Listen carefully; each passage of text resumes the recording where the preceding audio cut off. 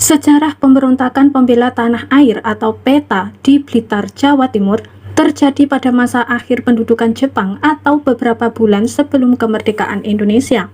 Lantas, apa penyebab peristiwa pemberontakan PETA di Blitar dan bagaimana nasib sang pahlawan itu sendiri, yaitu Suprijadi?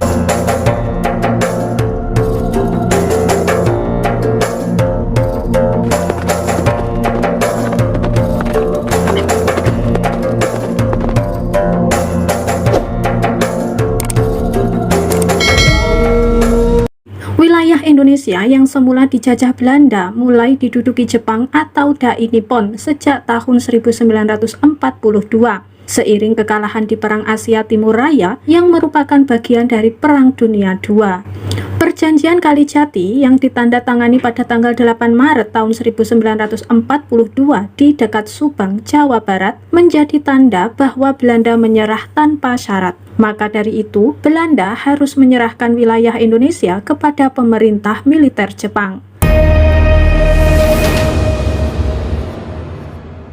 Salah satu cara Jepang untuk menarik minat bangsa Indonesia adalah dengan membentuk berbagai organisasi militer dan semi-militer yang melibatkan rakyat pribumi.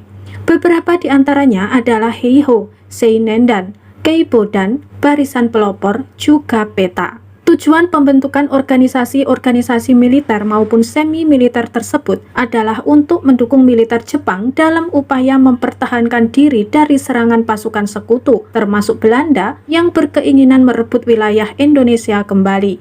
Tentara Sukarela Pembela Tanah Air atau PETA dibentuk pada tanggal 3 Oktober tahun 1943. Pembentukan PETA sebenarnya merupakan usulan dari pihak Indonesia. Melansir API Sejarah Jilid 2 edisi tahun 2006 yang disusun oleh Ahmad Mansur Suryanegara, keinginan membentuk PETA didukung penuh oleh Gatot Mangkupraja. Gatot Mangkupraja sendiri adalah salah satu tokoh pergerakan nasional. Pada tanggal 4 Juli tahun 1927, ia turut membentuk Partai Nasional Indonesia atau PNI bersama Insinyur Soekarno dan sejumlah tokoh lainnya. Gatot Mangkupraja juga ikut ditangkap pada tahun 1929 dan dipenjara oleh Belanda bersama Soekarno.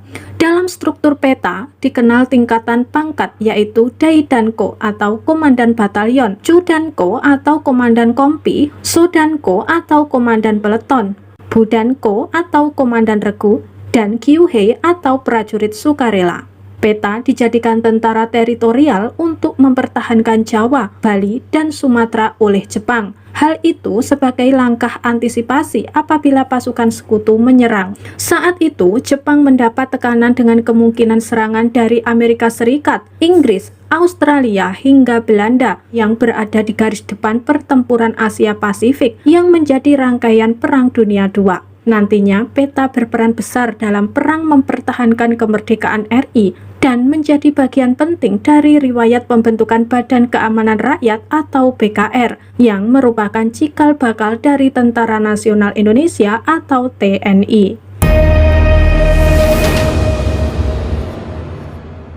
Pemberontakan PETA di Blitar yang mencapai puncaknya pada tanggal 14 Februari tahun 1945 dipelopori oleh Suprijadi. Ia adalah anggota PETA berpangkat Sodanko. Dibentuknya PETA justru telah menghadirkan semangat nasionalisme dan sikap patriot di antara pemuda Indonesia termasuk Suprijadi. Suprijadi merasa resah dengan nasib rakyat Indonesia di bawah pendudukan pemerintah Jepang. Banyak orang yang dijadikan pekerja paksa atau romusa, dibebani pajak tinggi, bahkan dirampas hasil pertaniannya. Perlakuan tentara Jepang terhadap kaum perempuan Indonesia juga menjadi alasan kebencian Suprijadi terhadap bangsa penjajah itu.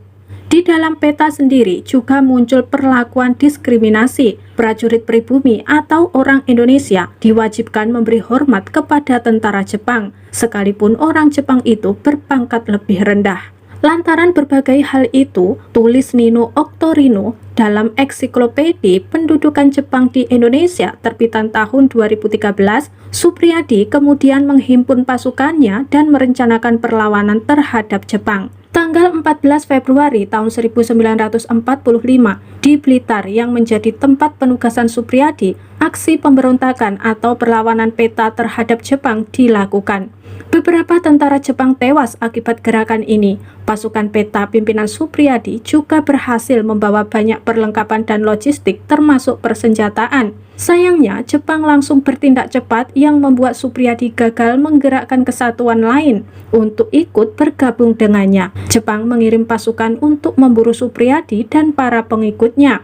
Beberapa tentara peta yang mendukung Suprijadi ditangkap dan diadili di Jakarta. Total ada 68 orang yang ditangkap, 8 orang dihukum mati, dan 2 orang dibebaskan. Namun di antara mereka tidak ada Suprijadi.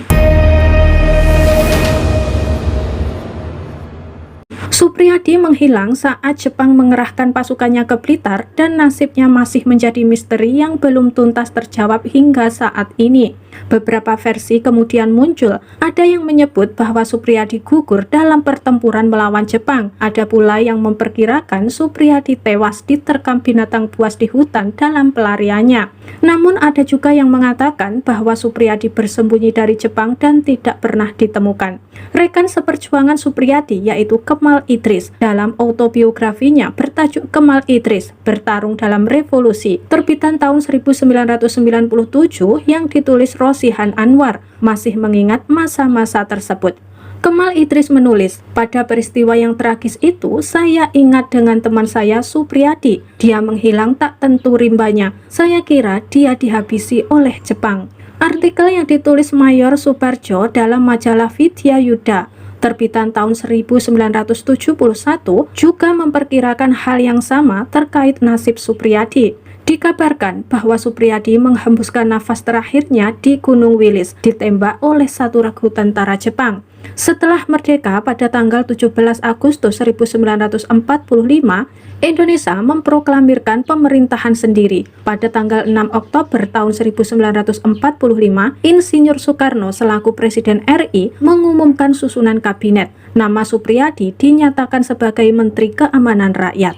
Namun Suprijadi ternyata tidak pernah muncul lagi. Kemudian pada tanggal 20 Oktober tahun 1945, posisinya digantikan oleh Imam Muhammad Suliodikusumo sebagai Menteri Angkatan Darat Interim.